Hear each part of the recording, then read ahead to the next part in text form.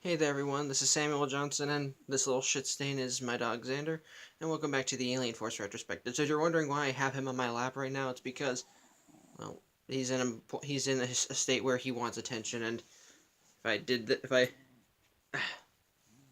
have him on my lap, then he'd be on the bed or over here just doing this to me, because I'm talking to my tablet instead of to him. And look at him. He's just like, look at him. Look at the face. He's like, look at me. I'm adorable. You should be focusing on me, not this loser with the zit on his head. Yeah, but anyway. Today we're going to be looking at episode 30 of Ben 10 Alien Force, Fool's Gold. And before I get into the summary, I would like to explain how my original opinions on this episode prior to watching it again. I didn't remember much about this episode, mostly because just kind of what was centered around it. I remembered goat aliens, I remember that they pooped gold, and I remember one turned into a monster. I didn't remember a lot. There were some things I forgot about, some things I didn't remember.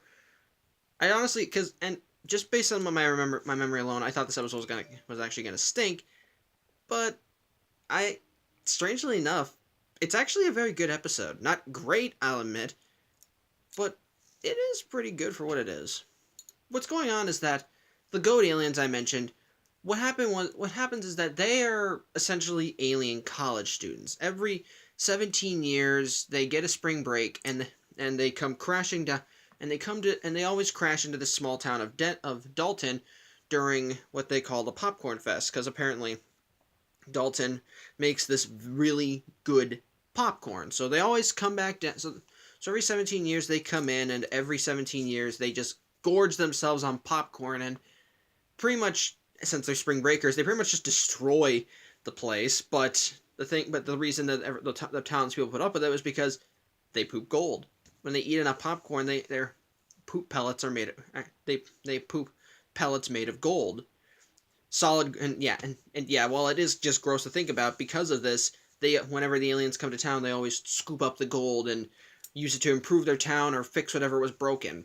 So as such, they just let them come in, do whatever the hell they want, and then leave. And they're no worse for the wear. As in fact, most of the time they're usually better.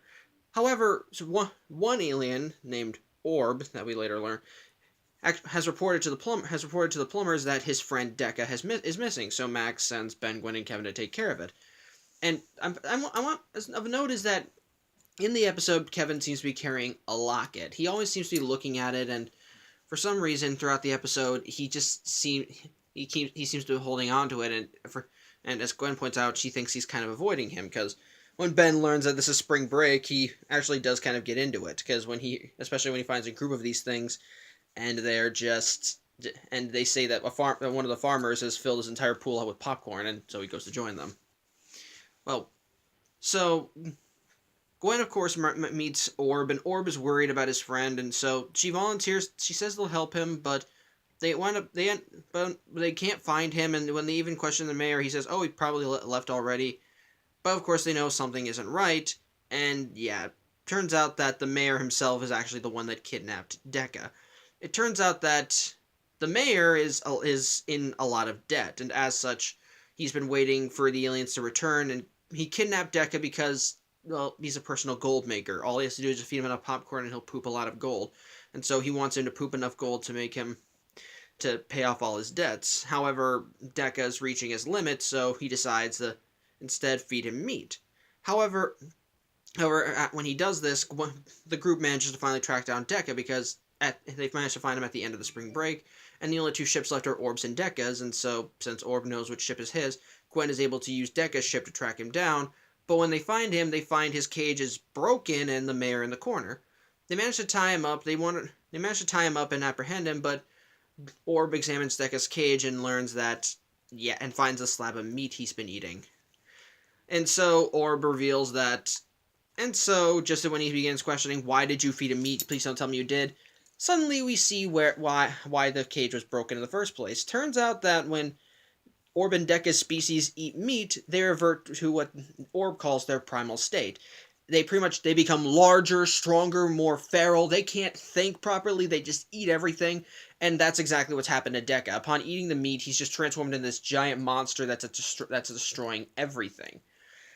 The group tries fending him off, but he manages to get away, and Orb reveals that pretty much if Deca can under normal circumstances, the only way to get this should fade off. This should okay. I'm gonna have to move you a little. This should wear off. He's a little camera hog right now, aren't you, a little shit stain? Well, you're my little shit stain. But anyway, so Orb reveals that if Deca keeps normally, when their species gets like this, it would usually fade away after some time has passed.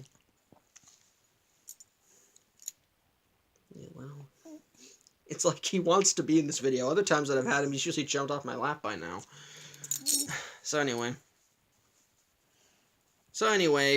Orb reveals that under normal circumstances, all they have to do is just stop eating to get this to wear off. But unfortunately, in this state, their hunger is almost unsatiated. They keep going and eating to the point where eventually when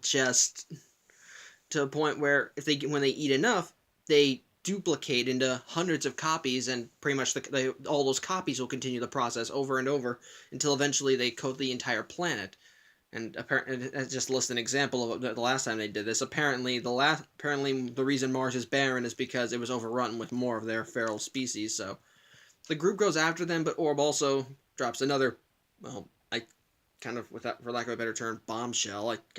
Just turns out that in their feral state, while in their regular state, their species poops gold when they eat, but in this feral state, their poop becomes uranium. Fully radioactive uranium, and so they manage to track Deca down to Xander. Track Deca down to a power plant, and he's just going right for the power plant. He's just trying to absorb all the energy. They manage to shut it down, but unfortunately, when they try to get through to Deca, he's too far gone as he almost eats Orb. So Ben tries to do another strategy. He asks Orb what else their species can't eat, and Orb reveals that. Lists all these various things, and one of them is silicon, and that gives Ben an idea. So Ben winds up going Echo, and it turns out that, which I think that might kind of make sense, that all Echo's body is made of silicon. So they get Deca's attention, and they wind up getting him to pretty much eat all these Echo clones, and the more he eats, the more it hurts him because silicon's poison to them, until eventually he eats so much that he just hurls all the Echoes up and reverts back to his original form. So the mayor is ultimately arrested. Deca is, well, justifiably pissed because of what happened. He and Orb manage to leave, and we also learn exactly why Kevin has been holding that locket. It turns out that somewhere off screen, he and Gwen went on a date to the pier and had a picture taken, and Kevin put it in a locket. The reason he's been holding on to it is because he's been wanting to give it to Gwen, but he's just been a bit apprehensive of the whole thing. I think he's trying to jump onto the bed. Hold on a sec, I got this. There. Now he's just right there, and he's doing this again. Anyway, so my hand's gonna be over here for most likely the remainder of the video, but anyway. So anyway, pretty much, it turns out the reason he's been apprehensive is because this has been a gift for Gwen. He hasn't known how to give it to her, and he tells her that he wanted to give it to her as a memory of what he was supposed to be, how he's supposed to look like. And Gwen, of course, tries to tell him, "I don't care how you look, or I know who you are." But Kevin's still very moody about his appearance, which I like that. I like that. It was actually a kind of cute ending for that. But yeah, as a whole, what about this episode makes it work though? Well, for starters, while the premise is kind of stupid, they actually kind of run with it. They actually managed to run with it rather well. The idea of these goat alien things that poop gold, when you actually hear that on paper, you think, okay, what are you smoking? But they do actually treat it with enough. But the fact that they actually make these aliens college students and rowdy college students, it does kind of make it a little humorous and just kind of and makes you scratch your head for the right reasons rather than confusing you. I like we get some little world building, as the reason this town doesn't report the aliens is because, well, the aliens are are the source of their economy to the point where all their businesses rely on the gold they poop. And another thing that I like on top of that, for all the serious stuff they have, they do actually, or silly stuff, I mean, they do have they have enough stuff that's serious. Like, for example, the mystery with Dekka and Orb, and wondering what's going on, what happened to him. You know there's something's going on, something's happening, and then when you do get the eventual revelation, when you get the eventual revelation of what's happened, it's a nice payoff, especially when you see that these aliens are kind of a threat, that while they're mostly laid back and just kind of fun, they at the same time have their own, of course there's some stupidity in sorry, I'm getting distracted. Next time I'm not doing this with a dog nearby. I can't, he's too distracting.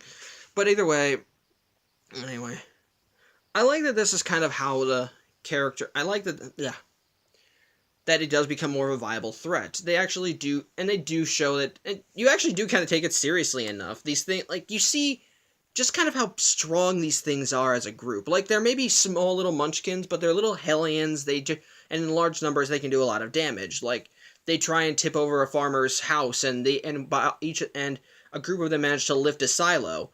And it shows how rowdy they are and how powerful they are, and so to see so when you see one of them get mutated and become this giant threat, and you learn that he can actually get bigger, you know that something isn't right. It actually does make you think, oh, that's not good. I think that's kind of what this episode is. I think that's what I like about this episode. It's silly, but it mixes the silliness in with the serious. There's the overarching stuff with Kevin and the locket, which I think works out well for the episode, especially when you're wondering what's going on, and it leads to some more characters. It leads to some more moments between Kevin and Gwen, which I like. I really do like that. I like seeing how the aliens try, and I like seeing like the opening of the episode of these things crashing into Earth, and then it looks like they're there for some evil plan, only for them to come out of a cornfield and see the entire town welcoming them. I kind of like that. It kind of sets the mood for what's going on, for all the silliness, and so when things are getting more serious, and you see just kind of how something this good can turn so. Ah, dang dog! Sorry, he messed with my stand. I cannot kowtow to him. I gotta push him out of the room for these. But anyway, as such, I forgot what I was talking about. Oh yeah. And so when things do go sour, it doesn't really feel like a giant shift. They do ease you into it. They do show that something's not right, that something's weird, that something bad is going under the surface. I do like that. I do kind of like how they ease you into it, how they shift the silly into the serious. And again, the stuff with Gwen and Kevin, I think is nice and sweet and is built up rather well. And so, as a whole,